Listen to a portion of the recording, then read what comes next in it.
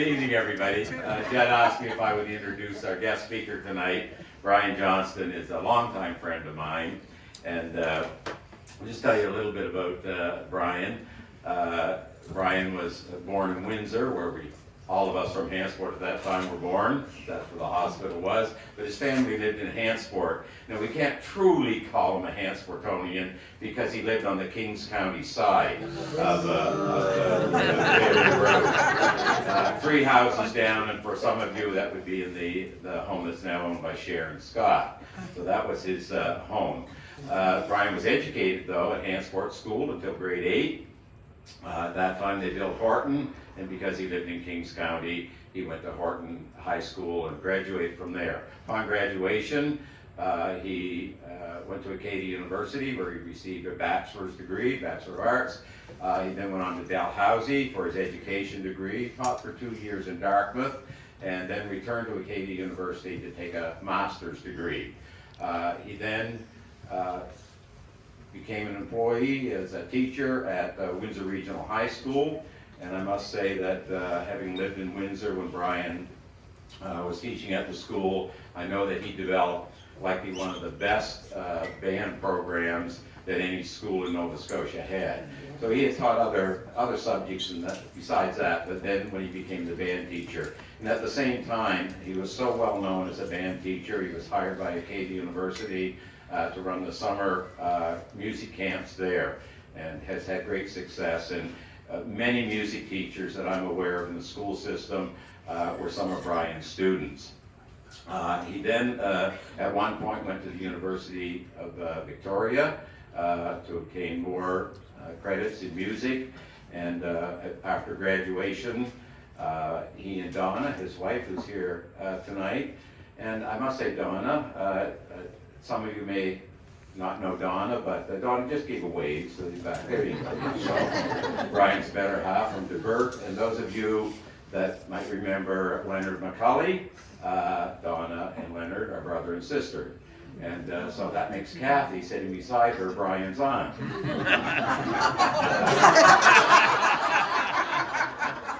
Isn't that true? Makes Donna Kathy's aunt. Anyway, and I'll just add this, because I'm going to throw in little things like this, that I knew Brian's family well, and Brian's mother and I were high school classmates. Now, Brian, we weren't high school sweethearts, but we were high school classmates. Now, try to figure that one out. Brian's a year and a half older than I am. Anyway, Brian and his wife lived in Falmouth. They had 2 adult children, Helen and Pete, and 1 grandson. And Brian, we're really thrilled to have you here tonight. Brian has been a longtime friend. We curl together. He's an avid golfer. We golf together. He's not that good at either of them, but he still is a great guy. So without further ado, I would like to have you give a warm round of applause for Brian Johnston. He's the former band member of the Lower Grace Street Marching Clam Chowder Band, Newbie Bullet, and among other bands. And this returning to this room tonight will be a bit of a thrill for Brian, and he'll tell you why. Mr. Brian Johnston.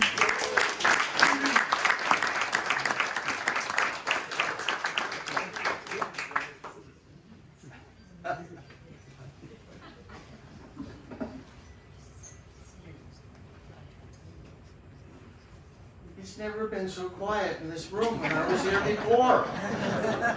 It's hard to believe. That keeps falling off my head, Jerry. Does it? Yeah. Get a big head. I don't know. Yeah. Whoa. You do have a big head. I do. Well, welcome.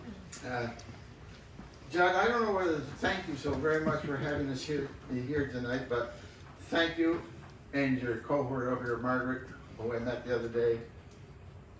Nice to meet you again. Nice to see you. I was very, very lucky, this is not going to stay there, to be brought up in Hantsport.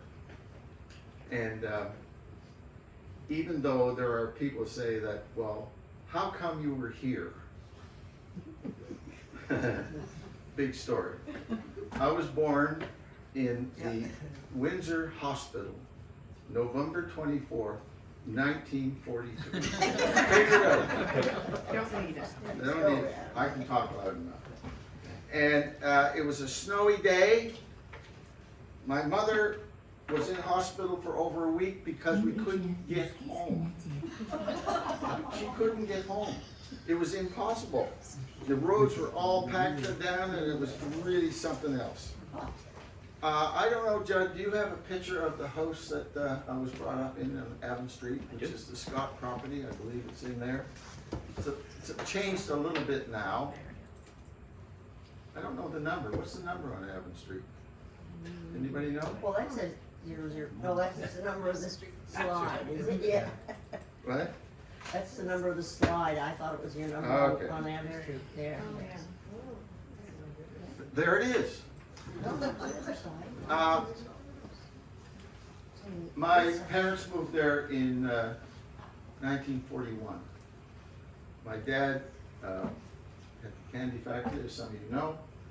He was a banker, and he moved from Lunenburg to Hantsport to buy the Yaten candy factory. Now, being brought up in this home, there was 5.5 acres of land there. A large barn, a bunkhouse, which we slept in the summertime and did wonderful things there. And my next door neighbor, Lee Creighton and Norman Creighton, brother and sister, Lee was a piano player. So that's another part of the story. Oh, yeah.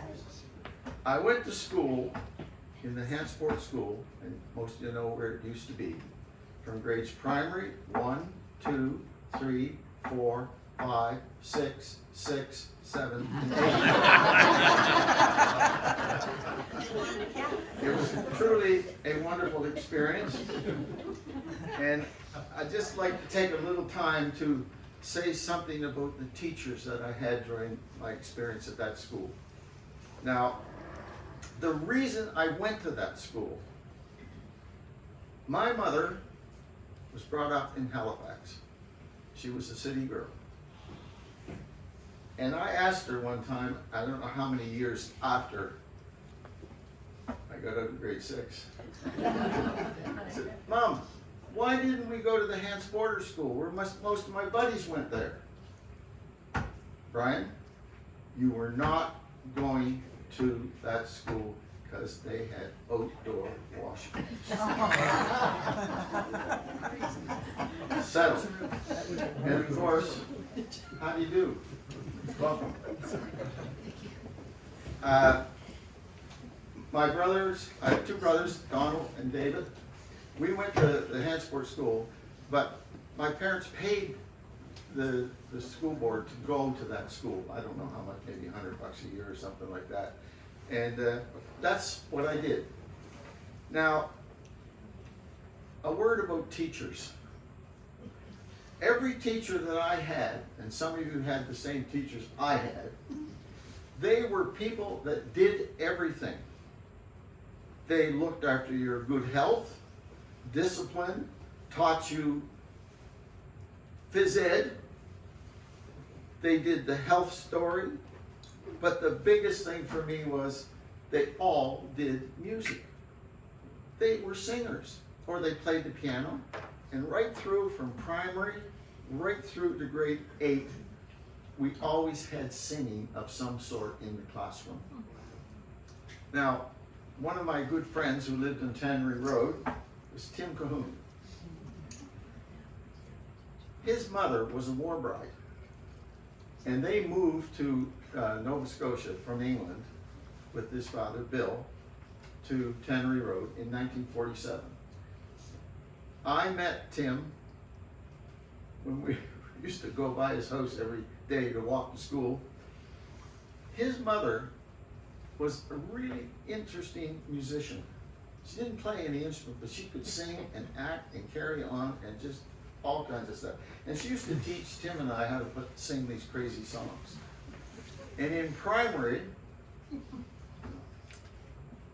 my teacher, Margaret Lawrence, one day said, if any of you children can sing a song or do an act or quote poetry on this Friday afternoon, you can go home early. What? Shouldn't have said that. So Tim and I got up and sang one of the songs his mother taught us, which was Slowpoke. Well, I couldn't believe it. The other song she taught us was The Shrimp Boats Are Coming. We knew these songs, and we'd get up and we would sing, and they'd let us go, and we'd be out that door at 2 o'clock in the afternoon, directly to the candy factory. Yeah. But the teachers did everything, and I was very, very lucky to have that kind of education, particularly in grade 6. I remember grade 6 because one of the big things that the teachers did, we used the radio a lot. The radio had wonderful programs for elementary school students, right up to grade 8, and these programs were every day in the afternoon, we had something. Also, my teacher, in grade 6 and grade 6, was Ella Johnston. Now, every morning in her class, we had Bible readings or stories from the Bible. Every time. You get fired to do that today. But also, she would write on the board verses to songs that were right out of the gospel hymn book. And we would sing those, and everybody just went crazy. It was a great time. But one of the songs I remember is called Telephone to Glory. Boy, could we ever belt that out. It was a real experience for me. And I got all kinds of interesting things happen because of that. I developed quite an interesting sense of rhythm. So during this time, I don't know, I must have been about 11 years old maybe. I was down in the basement of our house, which was totally done over. It had a playroom in it, a tool shed and all this sort of stuff. All the kids used to come down there. We'd play records and crazy things. This guy showed up in the basement on a Saturday afternoon. He was a friend of my older brother, David. His name was Gordon McBurney. McBurney's barbershop was right on the main street here. And he came in and he had a trumpet. Where he got it, I don't know. He said he took it and he played 5'2". I was hooked. That was it. Game over. I didn't want to go to school anymore. I just wanted to be a trumpet player. Well, how are you going to do that? You don't have a trumpet. Uh-oh, Christmas is coming. Put my name down. I want a trumpet for Christmas. And I got one. My parents knew a fellow by the name of Roy Walsh, who had another barbershop down on William Street, right across from the Bank of Commerce at the time. And he used to play trumpet in the United Church, and he sang in the choir. And they arranged to have lessons. Well, I used to walk from my house on Avon Street to his house on the Holmes's Hill. There were some cold, lonely nights when I did that. For 50 cents, he gave me trumpet lessons. There was also a young fellow who lived also next to Tim, by the name of Raymond Holmes. He also picked up the trumpet. So we got together with Mr. Walsh and we started playing trumpet. Well, it was a change of life for me. I discovered something. During that time, Mr. Walsh said to me, Brian, you should learn as much as you can about the piano. It would be a good thing. My mother was a piano player, so I often listened to the piano because she played and she took lessons. So I took piano lessons from a lady by the name of Claire Dorman, who lived right over there. So she was wonderful. I'd be sitting down at the piano, and if I made a mistake, man, she whacked me with a pencil right there. I got bruises. It's true, she did that. She did so. And that worked out pretty well, and I'll never forget, the time was coming when music festivals were coming along, and oh my God, I was scared to death. I am not gonna play in the music festival. My mother says, you are gonna play in the music festival. No, I'm not gonna play in the music festival. And the day of the music festival, I ran away from home. So that was rather interesting because during that time, some of the local people that I knew in school, there was Gabe Thompson, Raymond Holmes, Doug Caldwell, Tim Cahoon. All of us were interested in music. And during that time, we used to get together in my house or Gabe's house or wherever we could go, or Wayne's house or Doug's house, and we'd play. We had no idea what we were doing. But I used to play the piano a little bit, then Gig would play the piano, I played the bass drum, Tim Cahoon played the snare drum. Raymond Holmes played the ukulele. We didn't know chords or anything, but we did know the song, I love coffee, I love tea. We got into that in a big way. It was boom trick, man, we did it. So, with that happening, my mother said, you've got to continue your piano lessons. My teacher became Lee Creighton, who lived next door. And Lee Creighton, in her youth, played for the silent movies in Halifax before they moved here. And she could play jazz. But she made me play classical music. And it was a wonderful experience listening to her play. And I picked up a lot of information in my musical career from her in that thing. And she was very tolerant of me. If I couldn't make it because I was going fishing with Ray Dewar or something like that, it was okay to do that, but make sure you study your lesson. But during that time, things changed for me. I started to grow up a little bit, and music started to become really important. And from that small group, which was entitled Doug Caldwell and the Honey Talk Offbeats, morphed into a group called the Saints. Now, we have pictures here. This is, oh, look at that. There. That one? I don't know. We didn't go through Oh, there it this is. earlier. Oh, dear. Was that you? In this very hall, right over there, was the stage. And the minister here at the time was good friends with the Cahoon family. And they said, hey, you guys want to play some music, we'll have a youth dance Friday night here at this hall. I hated that post. You see that post? I still remember that. You can see it somewhere here. Now, this picture, this band that we had formed called the Saints, which really lived for quite a while after I left it. I'm playing saxophone here. Now, I had no idea how to play a saxophone, but this is 1959, I think. It says 59 in the picture. It's really, I think, 58. I had been in Windsor to a community center dance there, and there was a guy there playing saxophone, and I had to have a saxophone. I already had a trumpet, but I borrowed a saxophone. Had no idea about it, nothing. If anybody here plays saxophone, you will notice I'm playing it backwards. The hand should be the other way around. Made some weird noises. But this was it. Now, you'll see some other pictures here. This was one of the first Friday nights we played here. The gentleman singing and playing the guitar is George Fisher. Drew Preston, guitar and vocals, sitting right over there. The young one. And in the back row is Tim Cahoon. And next to him, next to me there, is Johnny Murray. He was 11 years old at the time. He could play the guitar.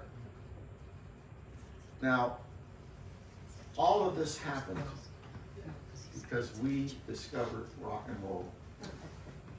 It happened all of a sudden when I'm in grade 6. Floyd Kramer, Jerry Lee Lewis, you name it. And one of the wonderful musicians that nobody knew too much about, his name was Jerry Johnston, and he played with the Chuck Berry Orchestra. I tried to emulate him wherever I could. But here we are, right on that stage. Is there another one? Yeah, I was thinking that. Oh, yeah. Oh, there we are again. Joan, that's your brother. Oh, I know. It's kind of interesting. There were a lot of people that lived in this town that had a tremendous influence on us as young musicians. Some of them, like for me, and I know for sure for John Murray, that his mother taught us so much. And I really learned to play the blues by listening to her play. The other person was Doris Eisner, who lived, they had a small store where the, what's it called, Borders Restaurant is now. She used to play the piano. She was the last of the Red Hot Mamas, man. She was tremendous. Couldn't believe her. Then, there's an amplifier there. See that amplifier? We used to borrow that from Fraser Dennings, I think his name was, and Bob Mack. They gave us equipment. It's totally amazing what they did for us. And they all lived here in town. Now, when I was in school, I sometimes left a little early. And I would walk out of the classroom and I'd go down Prince Street, about halfway down, almost directly where the United Church is. I knew a gentleman that lived in one of the houses there. His name was Blair Harrington. He could play the piano, and I would sneak out and go down there and stand outside the house and listen to him play. A tremendous influence on my career as a musician. So all of that good stuff happened there. That band, I don't know, we went on and did different things, and it was sort of a awakening in many respects as a young person growing up here. Now, aside from the music thing here, when I first learned to swim, we had a swimming hole in the Avon River at the very end of Avon Street. And at that place was called the public beach. There was a marked off place, and you went to your swimming lessons depending on where the tide was. Brian, get up! The tide's in. I don't want to do that. No, you gotta go. My teachers there, Sharon Dewar, Tanya Folker, June Masters. They taught us. They looked after us. I was very young, and it was a wonderful experience doing that. Then, 1955, they built a swimming pool. One of the greatest things that ever happened to this town. Also, baseball. The Shamrocks. We all went to the baseball games every Friday night. The H&D League, there they were. We came from people would crowd into the bleachers, and it was a wonderful experience to see that. And the men that played in there, a lot of local fellows, people that came in from different areas, they would work at the mill or work somewhere in town, and they would let them out of the mill to work to go teach us how to play baseball. He was there, that guy over there. Now, one Friday night, a hot summer day, I'm going to the baseball game, boom, go up. They used to have what they call snow fences. They were sort of kept the snow out of fields and driveways and things. And they were pretty rickety, but people would lean on them. So I'm up there, man, I'm leaning on the fence, man. I just looked over and there was a young girl tall girl standing there next to me, about my age. And the batter came up, was Harold Murray. First pitch came in, it was a hummer. He missed it. He swung so hard, I thought he was going to lose the bat. Gone. Next pitch came in. Boom. Missed it. All of a sudden, this young girl that's standing there shouts, "Harold, hit the ball!"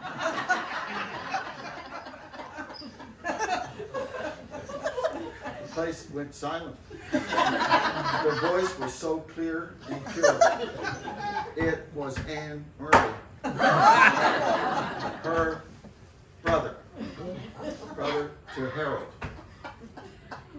Well, anyway, change things a little bit. Now,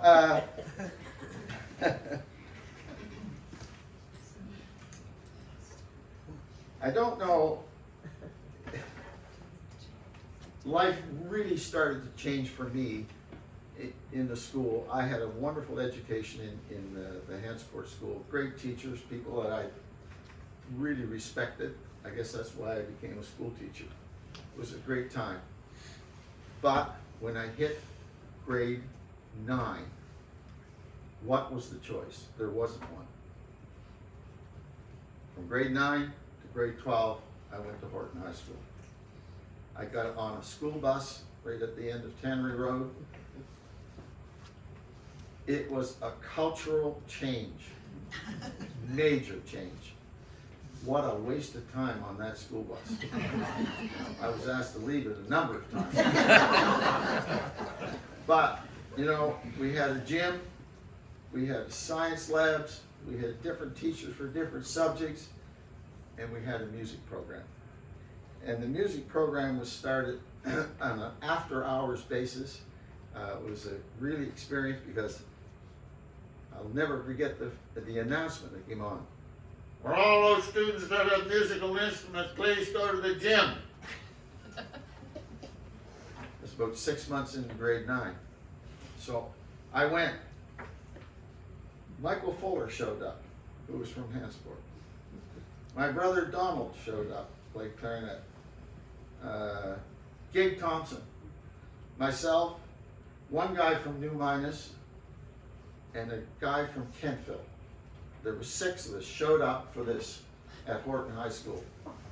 But from that time, my whole life changed in music, and it was a really wonderful experience what Mr. Sweeney did. I was, in order to have the orchestra or band, you had to have a military organization in the school. And Doug Morris is here, he'll know all about this.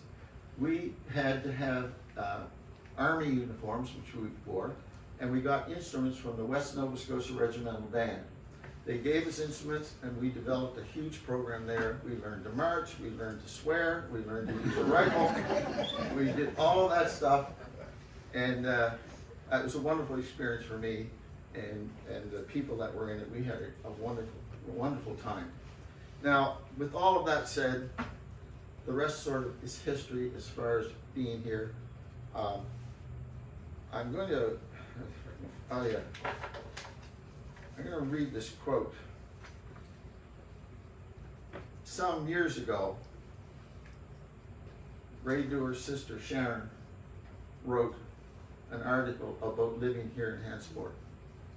And one of the things that she said at the very end was, of course, it could never have happened without love, laughter, music, and wisdom from my parents. What a wonderful childhood.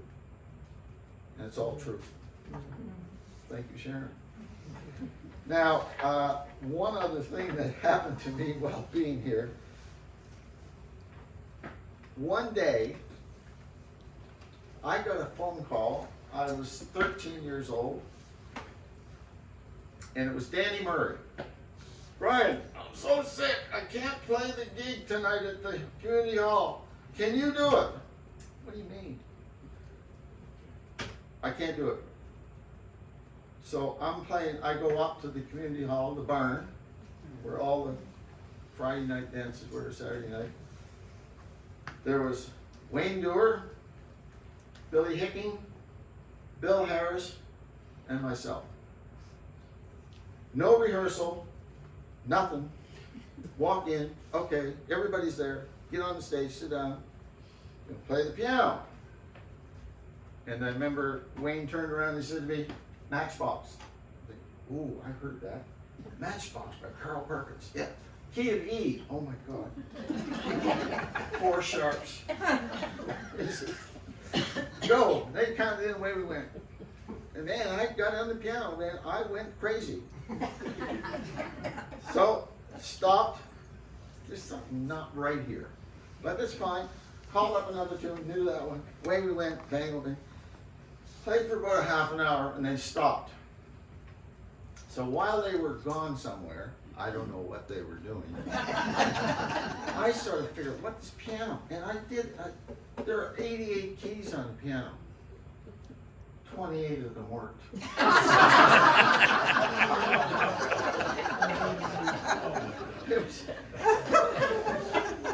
I really was shocked. However, I did it, and it was a something that I don't know. I was king for a day. I did get 35 cents. I should say that my first professional gig playing music in Hantsport was right there. And Judd, I told Judd this, and he said, well, they pay you money? No. Food. 5 teenagers, hungry. They put on a beautiful spread for us. And after we finished playing for about an hour, they had a record hop, and this was a major place to come on Friday nights. We were very, very young. It was a great spot to come. So that's basically my story in the music world, my education, and being brought up here in Hantsport, as Sharon had said, it was a wonderful experience. Never forget it. And But we still have some pictures. oh yeah, We're we'll gonna- get a few pictures here. This is Tim Cahoon. Yeah. The drum you can see there belonged to my brother David. It was a military drum. It had no bottom in it. And the hi-hat cymbal we borrowed from Billy Hicking. As you know, Tim Cahoon, professional musician in Halifax and professional teacher of music. He and I have been friends ever since. We sang the shrimp boats. That's where I lived. Oh, here it is. Wow. Now, I should say that Drew's brother Bill would often join us and play percussion when Tim couldn't be around or he just wanted to be part of the band. Everybody wanted to be part of the band. I hadn't seen that. What else you got there? Just let me check and see if I've missed There's a any. few more goodies. Just let me see Oh, if yeah. I've missed any. I think Yeah. I've gone through. There. Oh my! Do you believe this is 1949? First year in school. Now, the interesting part is my birthday is in November. So, you know, I wasn't going to go to school when I was 4 years old. So I was out for a year. Are any of you in there? No, Brian, you're a year behind me. Yeah. Is that Yvonne up in the left-hand corner? Eric. Is that Eric? Eric Vaughn. Yeah. It's Eric Vaughn, yeah. Wow, I forgot about that being there. So, Brian, Yeah. just so you know, maybe at some point in time, this is from our listing at the Historical Society of the kids in the school by year, so 4950. We do have the names, so at some point in time, it would be nice if we can have some Right. names Yeah, put to some of the things. Yeah. Who's this guy right here? yeah, there it is. Is that you? That's it. That's Tim next to me. Oh, I didn't know you. Yeah, Who's the next one? 2 over is Cameron Pulsiver. yeah. Bill, Billy Stevens. Bill Stevens. Yeah, Bill, I know. I think Glenda Harrington is in there, I think. I'm not too sure where. Catherine Murray. Where? Catherine McDonald, I see. Yeah, Catherine Larry's right there. Who is it? Catherine Ellis. That's what I thought. She looked like all the other Marys. Yeah. Okay. So, Oh, no, what's this group? oh yeah. Oh dear. With guns. This is my brother David. Yeah. Myself, and my brother Donald. Now, as you can see, there's a 22 in my brother's hand. This area was right across the street from our house in Evans Street, which is still there. It's a vacant lot. And that's where we would go and shoot 22. Or a shotgun, or a pistol, whatever we get our hands on. There was a bench there, we'd sit on the bench and we'd throw stuff out in the water or just shoot seagulls or anything that came by. Gypsum boats. Right. About what year would you think? There's no, there's anything in that. I don't know, Okay. 1903. Yeah. There it is. Just one other thing that being brought up here in Hantsport that some people might have forgotten about, but we were highly influenced by the shipping industry here. The gypsum boats that came in, I mean, they would come in on a low tide, turn around, come up, and fill up 2 hours. Most of the crew would disappear into town, and if my mother knew that we would go down to the public beach, get on the boat, because there's nobody there to tell you you couldn't do it, run up to the bow of the boat, jump off, and swim over to the public beach. Now, the other boats that came into town were the ones that were picking up the raw paper, the pulp boats, and they came from all over the world. They were all kinds of different crew members from different countries. But one of the things that stood out for me when I was about 14, how you could go on one of those boats, nobody ever said you couldn't, and buy a carton of cigarettes for $2. Of course, they were spread out, you know, saying, Brian, you got a quarter, we're gonna buy some cigarettes. You know, you get all your money together, get on the boat, get cigarettes. What else? Oh, yeah. Okay. Well, that was it. As far as growing up here, loved it, had a lot of friends, and still do today. Now, one of the reasons why I was here is because my dad owned a candy factory. Now, the kid in the candy shop, I was it. Because I was at that age where my older brother and my younger brother were there, but I happened to be involved in it just because I was at that age. Now, my dad bought it from George Yaton in 1941. This is my father, Lee, just outside our house. He bought the company, it was closed. Now, if you're interested, there's a wonderful write-up about the candy factory that a fellow by the name of Randy Mosier, some people might know him, wrote this. And I had heard about it, I'd forgotten about it. And Judd sent me a copy. And I'm reading this thing, and I'm thinking, oh man, Randy Mosier, he was one of my students. In 1978, he was in the school band, wonderful clarinet player. And I remember him interviewing me, asking me a lot of questions. But there are some things there. So my dad owned it from 41, and of course, when he bought it, so much of what was going on there was a hand business. Everything that came out of that factory was made by hand. Some of the machinery that they used is in the museum as you go in the door. The machine that made the humbugs, the machine that made the chicken bones, How do you get the chocolate in the chicken bones? Another story. Candy canes, you name it, the clear toys, all that stuff. All of this was done by hand. Ryan, I hate to interfere here. Yes, I sir. was the gentleman who made the chicken bones.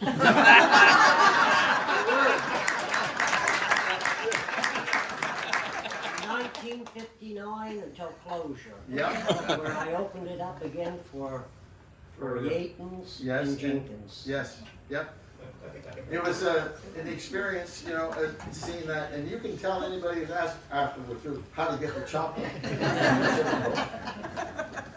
I think that my father knew when he was developing the business that he had to upgrade this, because things, you know, competition started to be really, really tight. And I was so lucky, like, I had the run of the place. Man, my favorite place was the chocolate part.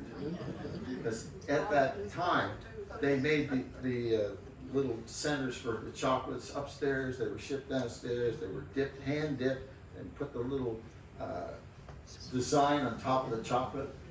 That was all done by hand. Two lovely ladies that did that. I was fascinated by watching them do that. But he knew that the business had to grow a little bit. So what he did, he developed what they call a jobbing business. And there's a, oh, there we are. Well, am I supposed to find that? No, you don't have to. The jobbing business was a thing over and above making candy. So what he did was he had other companies that made candy, made, you name it, we sold it out of our business. Everything from school supplies to combs to pipes to cigarettes to fireworks to you name it, you could get it from the company. And how they did it, there they are, jobbers, that's what that meant. They had salesmen, and they would go out, say from Hantsport to Kentville, and stop at every corner store that was there. And there were lots of them in this part of the world. And they'd take an order, and at night they'd come back. The next day, they'd go in, they'd fill the order, different things, candy, whatever they're gonna do, put it on a truck, bango, send it out. Put a number on it, the place it's going to, so-and-so. So we covered most of western Nova Scotia. The business was really growing really, really fast. And so that was an adjunct to what he did as far as candy making was concerned. But he also knew that the candy making business was not going to develop unless he brought in innovations that would increase the volume of what they could make. I'll never forget it. One day he says, "Brian, get in the car. We're going to Boston." I'd be about 9 years old. And he had a sister, my aunt, his sister, lived in Boston, and he loved going to visit there. So we go down to Boston. And I don't know if you've ever noticed along some of the highways in Maine and Boston, there are these places called Fanny Farmer candy shops, Putnam Candies, all that. They were there at the time. So he would go into these places and see how they were developing. And what he did was he bought machinery that they weren't using anymore. And the day that he bought the sucker machine, everybody knew in town that this machine was coming to town like it was some sort of monster. And people gathered, yep, it's in Halifax, it's coming up like transfer truck. And I remember the day it came into the factory, bango, there it was, this huge thing, as long as this room. Now, when they set that up, instead of making 100 suckers a day, we made 2,000 suckers a day. We also were able to make chicken bones through this machine, not hand grinding them. Humbugs, you name it, we made things, and it was a major event to the development of the candy business. Now, he felt as though that his business could really develop if he had opened up one of these candy kitchens. So, he had a friend that lived in Hantsport by the name of Harold Halliburton. The car lot where I think Garth Scott's son has, right on the corner, belonged to Mr. Halliburton. And Mr. Halliburton was going to sell it to my father. And he was going to open up a place because all the traffic cars were going by, that's what they did. And he almost did it until my dad had connections with the Conservative Party. He found out they were going to build a new highway. He didn't do it. Really saved his financial life right there by not doing that. But the connections are good to have. Other than that, as far as the business is concerned, you can see here upstairs in the candy room in the second floor, they're having a Christmas party. I was not there. I think that's a bottle of wine under there. But there's some of the workers. I can't. Any of them? Well, Mr. Brown is the third guy in there on the left there. He was the bookkeeper, one of them. Yeah. Mrs. Lytle Was there. Yeah. What was her name? No, Marion was her daughter. Rita. She used to babysit me. Oh, man. Anyway, that's upstairs. Now, this is the Hantsport 1st of July parade. And somehow or other, my father got this pony from a fellow in Avonport. His last name was Sweet, I think. And my brother and I were put in the parade, dressed up as whatever we got on. And in that wagon were boxes of suckers. They were all wrapped up, 5 in a thing, you know. We'd go down the street, we did this a couple of years, and throwing candy to the kids on the street. Oh my God. They followed us all the way around the room. We never had much candy left after that. But that, I don't know when that would be. I guess that'd be 1950, somewhere in that area.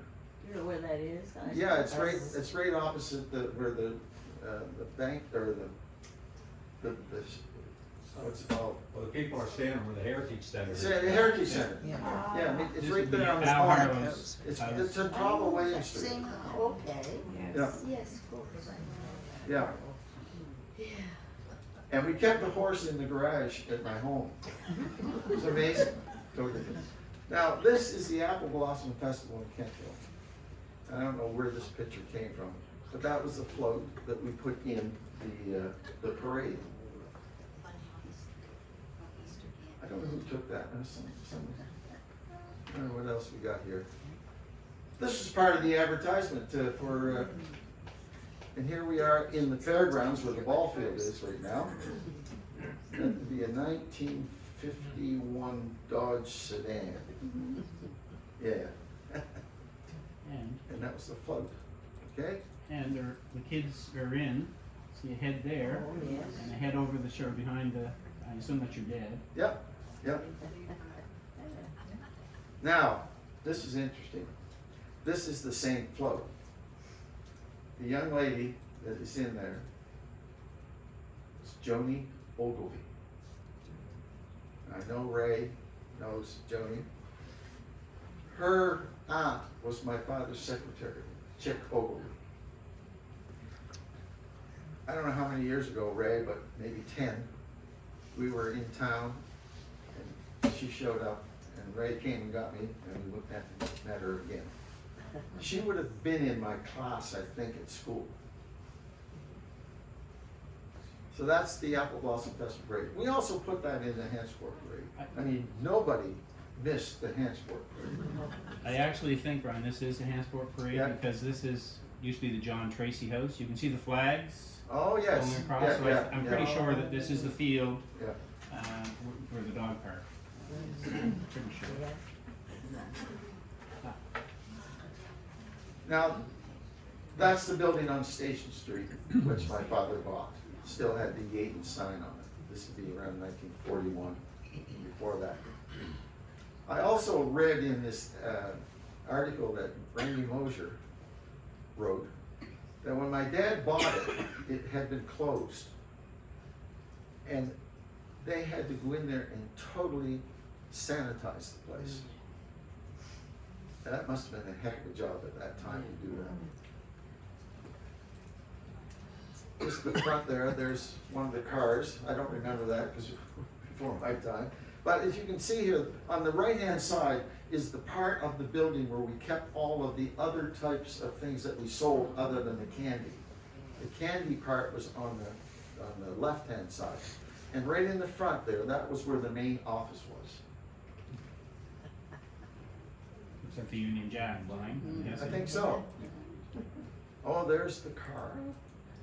I'm not too sure, but that car might have come with the business when he bought it. I'm not sure, but it might have. Sign on the window. Yeah, it's there, it says, yeah, Yeah. you can just see it, yeah. And it was like lollipops on the front, is that what Yeah. those Yeah, are? yeah, going to a parade somewhere. Yeah. There it is again, yeah.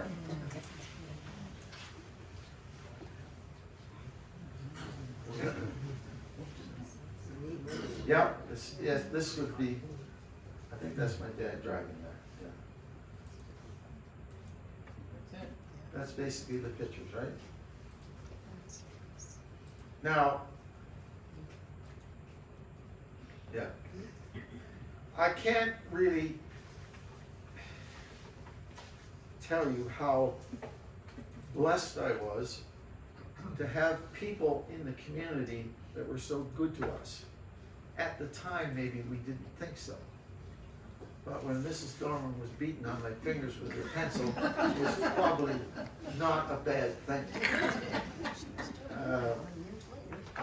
One of the interesting things that happened when we were kids here, we had a Cub and Scout troop. Alice Fuller was my Cub leader. She spent endless hours with us. And it was just the greatest thing in the world to be a Cub in Hantsport. The next move from Cubs was going to Scouts. And my leader at that time was Gib Vino. And his assistant was a fellow by the name of Leonard McCulley. And how did I know I was going to marry his sister? And that was it was a wonderful thing that those men did for us as children. I also wanted to point out that there's a number of musicians. I mentioned Blair Harrington be one, Doris Eisner, Lee Creighton. There was one fellow by the name of Lee Gray, Lamont Gray. And Lamont Gray was a guitar player that we all wanted to be. I believe he's living around here now. He went away for years, but he's here. And the things that he could do on the guitar, we all wanted to do that. It was a wonderful experience knowing him. And of course, I can't say how great it was to know the Murray family. Jessie Murray and her two boys, they spent hours with us, and it was a wonderful experience. The other thing that always amazes me, when I realized that Hantsport was known as the town of industries. And when you drove into town, both ways, there was a sign, "Welcome to Hantsport, town of industries." And all the industries were listed there. Minus Basin, Keys Fiber, Murray's Mill, Gypsum Company, Canadian Gypsum Company, Avon Foods, and Johnston's Candy. It's just dandy, keep it handy. Thank you very much. You have a few more of these. Okay, Brian, some of them may have been before, but these are actually from the collections of Marilyn Guy. Marilyn Starrett. Yeah. Sorry. And some of them are repeats, but this is a new one. Do you recognize anyone there? That might have been, That looks like what's it, her name is Norma Masters, I think. So that's Ralph Colby. Yeah, Ralph, yeah. All for him. Used to drive. Yes. Used to drive the truck. He drove the pickup truck that delivered all of the goods around where we sold them, yeah. And this may be unfair to Brian because Oh. I don't think he's seen these, but again, there's. Well, this gentleman here, his name was Bud Fox. Malcolm's father, he was, if it wasn't for him, my father would have gone out of business a long time ago. He was a jack of all trades. He could make candy, drive the truck, mow the lawn, fix the thing. He did it, and he was a wonderful guy. I don't know, Oh, sorry.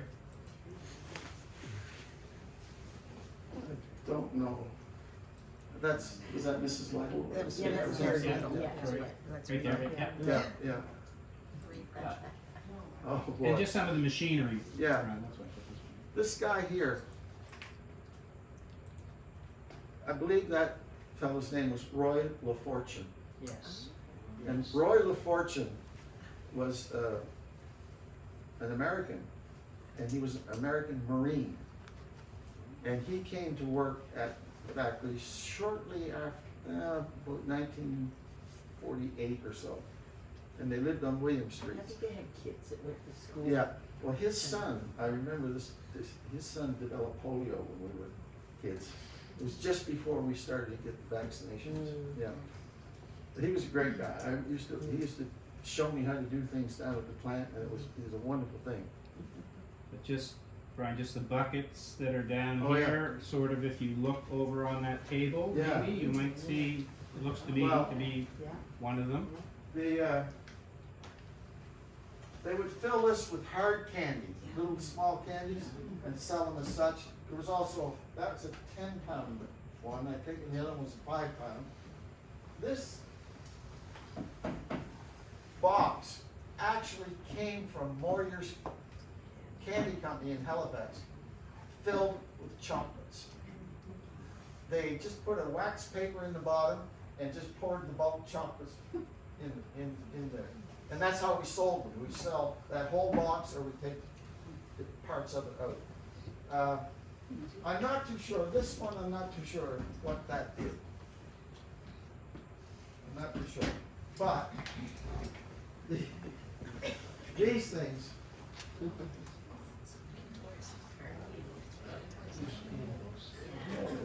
these are molds that, chocolate molds. And I better not do it, but this comes apart. What you would do is you would fill this with molten chocolate, milk chocolate, fill it right up to the top. And you take a little bit of the chocolate and you put it on a piece of wax paper. You take this and pour it back into the vat that you got the chocolate and move it over and put it down. This was a cooling area. It would cool. And after it was cooled, you take these little clips off and open it up, and there would be a hollow chocolate chicken. Duck. Is it a duck? That's a duck.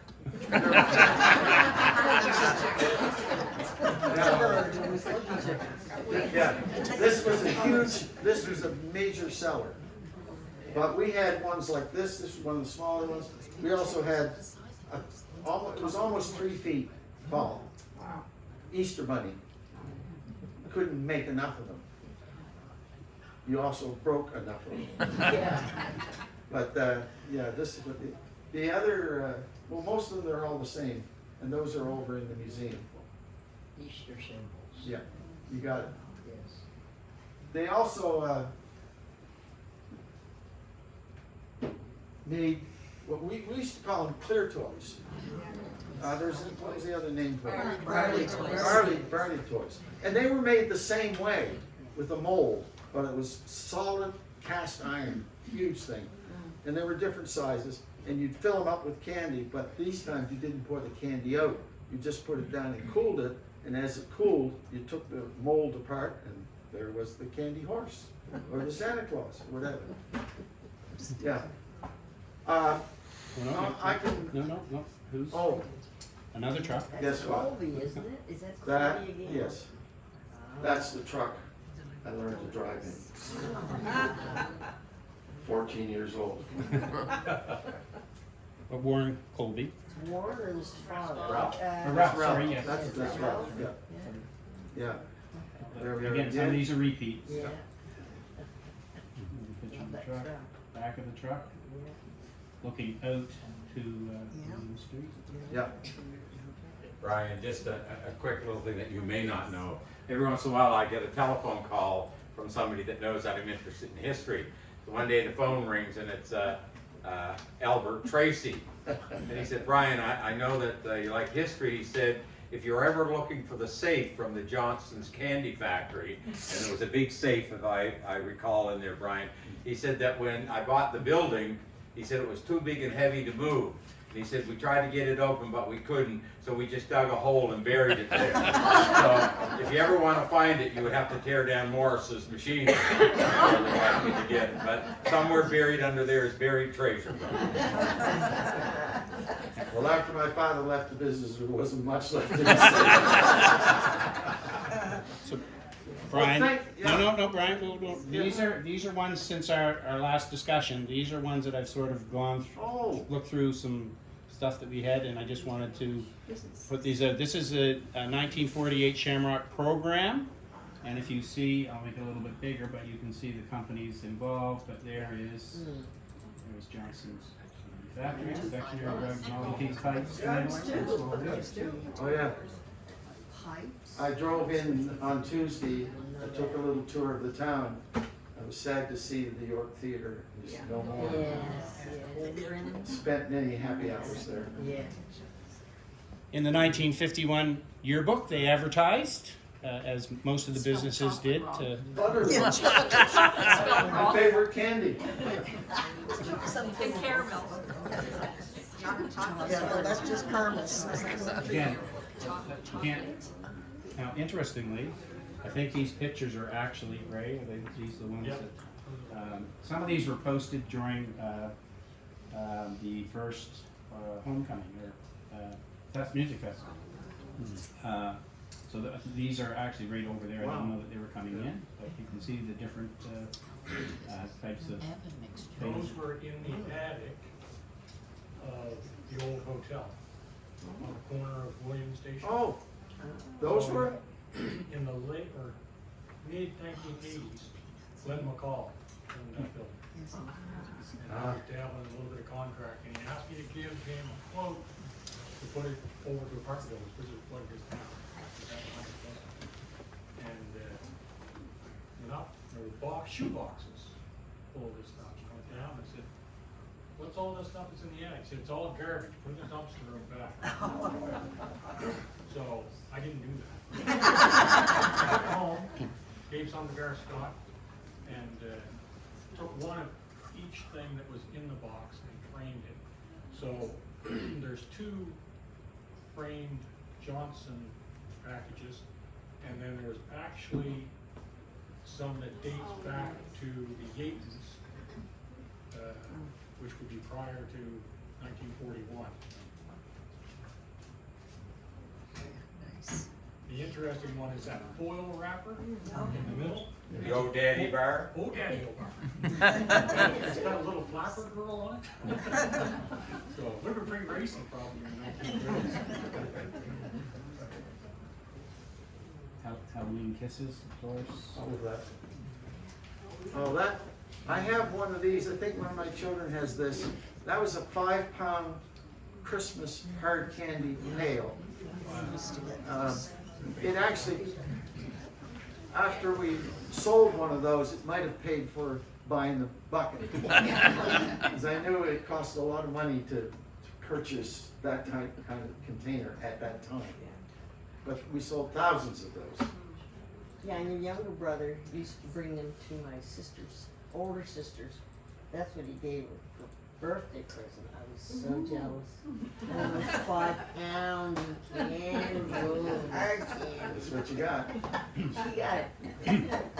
Well, those who were fortunate enough to be in the same class as I was in school, I remember distinctly, particularly at Halloween, I'd go down at noon hour to the factory and pick up a big brown bag full of candy kisses.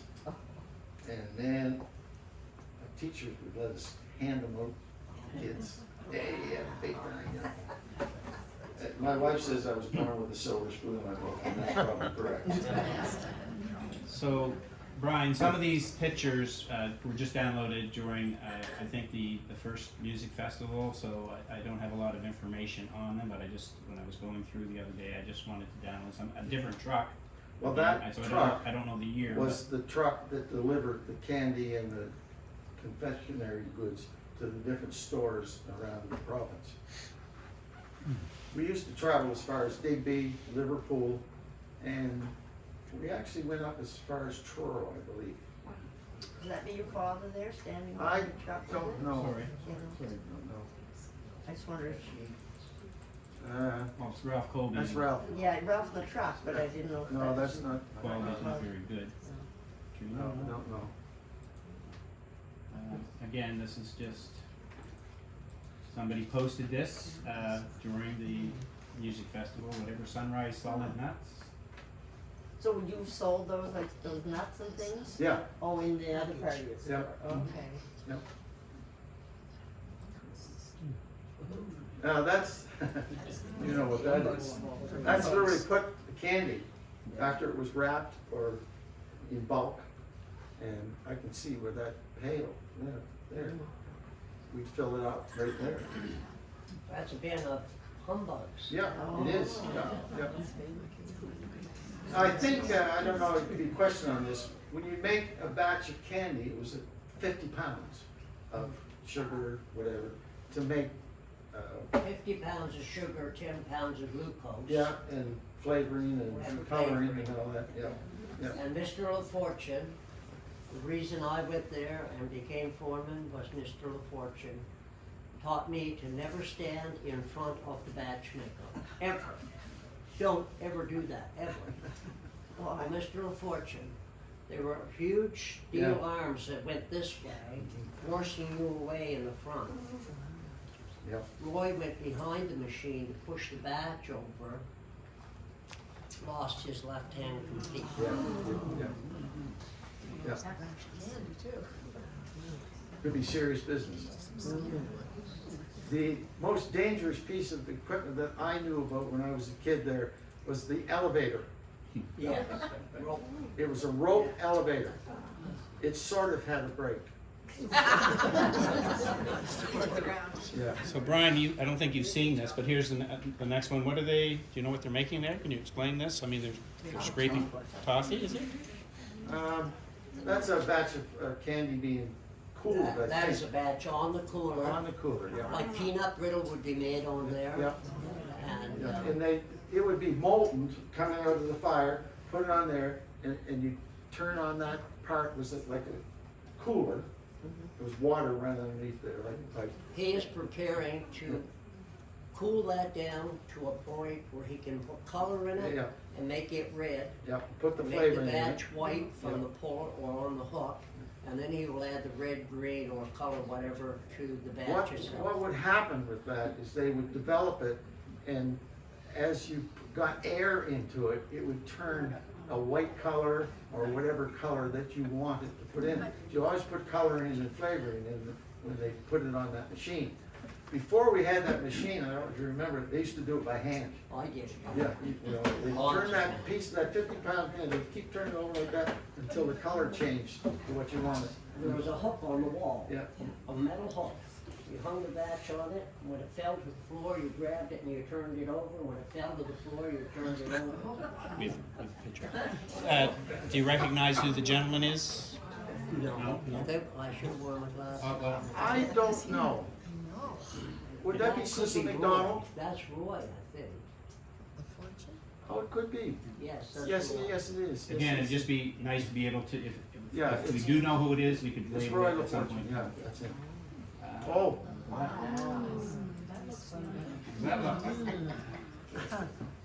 We have another girl here tonight. From my memory, when I was there, there's only 3 of us surviving now. My sister Carol Yes, worked in the factory for about 1.5 years. And there's Donald Schofield, Donald, lives yes. out on the Bluff Road. yes, He poured Clear Toys Yes, for me he for did. a couple of years. yeah. I only know of 3, but Bud Fox was a gentleman. Pardon? Bud Fox was a gentleman, Oh, absolutely.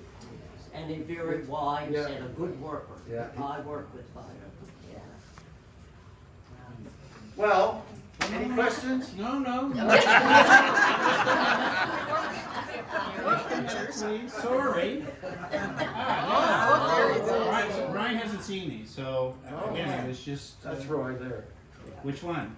On the right, right there. Right? Yeah, on the right. You know, And that other person, do you know who that is? Is that Carlton Schofield? Kempton Schofield. Campton. Okay. Is that him? That's him. That's Oh, Captain there. I know. Who is that guy? I didn't know that. Oh, yeah. And this bowl, Yes. whatever. That's a batch being poured on the cooler to prepare for final product. We have 2 of those at the Heritage Center. The but- copper kettles. Yeah. Yeah, they were copper kettles. Copper And kettles, and they have 2 of them here. yeah, and they were all done on a coke stove, like a big coke furnace. Yeah, I'm glad you mentioned that, Yes. because I knew that when you bought the heating, these things were done with coke, Yes. not cocaine. And you bought it from Alex Stevens' coal depot, which was right next door to the factory. And we brought it upstairs on the rope On the elevator. rope elevator. I don't know if you were there, but I also knew that that was an expensive and a tough, hands-on job. I don't know what year it was, but my dad went to propane gas after doing they switched. It was a lot easier. Well, you mentioned his trip to Boston. Yes, One of the main concerns he had there, he brought a recipe back, which had won many awards in the United States. Once it was brought back here, it was tried to be copied by many warriors as well. yes. There was vanilla, fudge, chocolate fudge, and maple fudge, Panucci fudge, and they were the best. they were. It was, making fudge was a huge seller, but manual labor Mm. was a killer. Sold a lot of fudge. Oh, it did, That was a yes. big deal. It's made basically the same way. Do we don't have a date to the picture, any idea roughly when? I was there from 1959. I can't remember the exact year, but I opened up again for Lord Chayton and Bernard Jenkins later on. I think it was there from I know it was there in 59, because you mentioned all the schooling you got. I got grade 8. And Mr. Johnston came and talked to my dad, because we were poor people, and he gave me a job. But I started work for Christmas, which was in October. Yeah. School started in September, so I never got my grade 9. I was a guitar player in a band. Yeah, The Remember machine that? that you were talking about, making humbugs Yes. and holiday mixture and all the different candies, robbed the end of this finger. That took me away from the band. Lawsuit coming, Brian. come on here. There's just a few more. Yeah, I don't know if you remember, this was So 1955. they're making the candy canes here. Yes, And how they would do it, you can see this stick here? yeah, here's You scissors. take a long piece of candy about yay big around, and they lay it on this wooden mold, and when it came down, they twist the top of it around this little wooden mold. Boom, and I bet you did that. Yes. Thousands of them. Rita Lytle Yes, was one of my main helpers in the factory. She's a little small woman, but we could take the 60-pound batch. She would take one side and me the other. And she was better than any man I had in her. We could dump the town and make it red and green and, that's what they're doing there. And there's Rita. Yes, Yeah, yes. right there. 1955. And of course, all of those candy canes were covered with a wrapper. Huge manual thing. Yes. You couldn't do it any other way, I don't think. One of the worst things about the candy canes is you packed them in shredded paper. And the paper cuts were, because you forgot to put a glove on. You didn't do the canes for a while. Well, Mr. Johnston asked me one time, he said, we need a display in a window in Halifax. We made toasted coconut Marshmallows. marshmallow. But he said, I need one. I need a marshmallow this big. I said, well, you know, like, we do make a 100-pound batch, but, you know, like, a marshmallow is kind of. So I took a cardboard box, Yates Johnston's candy box, covered it with marshmallow, and the girls put toasted coconut all over it, and it was a marshmallow. It was a great display. It really worked. And candy canes, I made some 4 feet long Yeah, for yeah. display in Halifax. Yeah. Brian, you probably remember the fans that were on the outdoors to suck the air in. Yeah. Yes. We used to go to work in the morning and turn them on and hope to hell there was no starlings in there. This machine, Wow. I mean, it's. Well, that's the one. That's the one. Yes, That's the one. that's the point. You would turn it. Magical. Yeah. And there was the hook on the beam. Right Here, right there. That's what you used before that. That's right. And after. Well, yes. Yeah.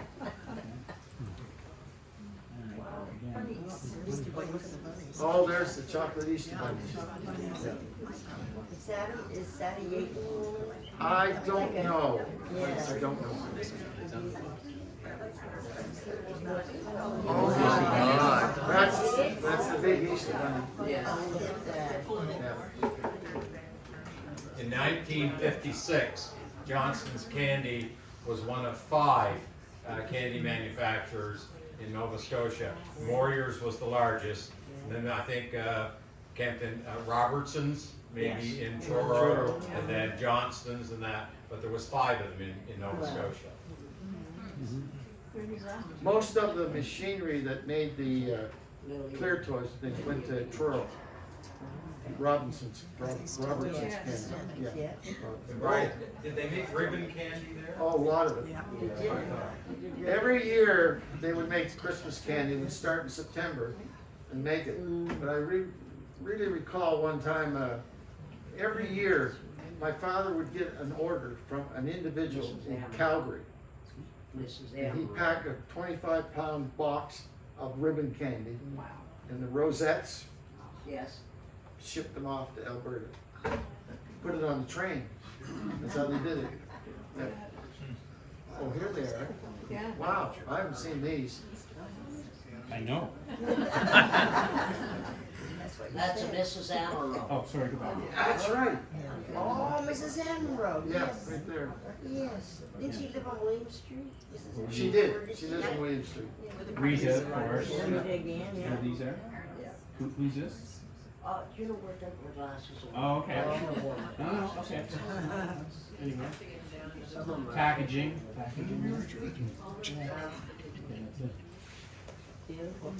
didn't realize it was. Of you. I should explain, said that Brian's mother was my high school classmate. That's because Brian's mother came back to school in grade 10, and so she was in my class in grade 10 and 11, graduated, and went on to become an English professor at Acadia. I learned to cook when she went back to school. So this is a display case as you're coming into the Heritage Center, and these are a combination of both Yates and Johnston's. But just some of the information, the ribbon candy, this machine, Yeah, there it is. bigger, Yep. but it was just hand cranked. It was, yes. Here, and a And pot. it didn't complete. Once it went through the machine, there had to be a girl there to press it together or make the rosette. Make the rosette. Yeah. And again, this is some sort of a cutting machine, again, hand current, another one here, different, one side, and Now, there were some large machines like the fondant machine and the marshmallow. there are your scissors, Yes? small pair of scissors. And these are some of the molds for the smaller candies, like the thermometer, Yep. which I assume is, Candy I just want to throw those in as well. How'd you clean the stuff, like the equipment? You didn't clean it. Oh.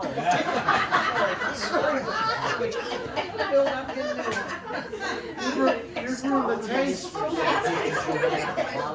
Sorry. Was a 2-inch solid marble table.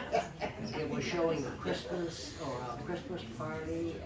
Yeah. There was a 2-inch solid marble table. That's, yeah, yeah. Okay. Does anyone have any questions for Brian?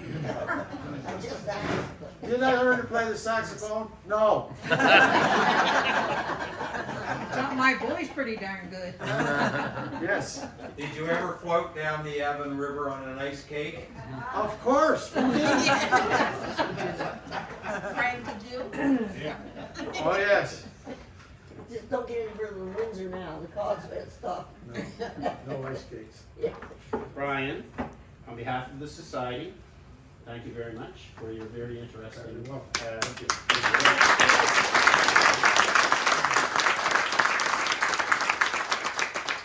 I know that I have a lot more questions, so you'll be called back again. I don't say unless by popular demand, come back, but certainly come back to the center because I have lots of questions for you. On behalf of the Hantsport Area Historical Society, I'd like to present you with a copy of Ships and Sails and Hantsport Tales by David Pollard, and the 100th anniversary of incorporation, Hantsport calendar 1995. So thank you very much. Thank you, John.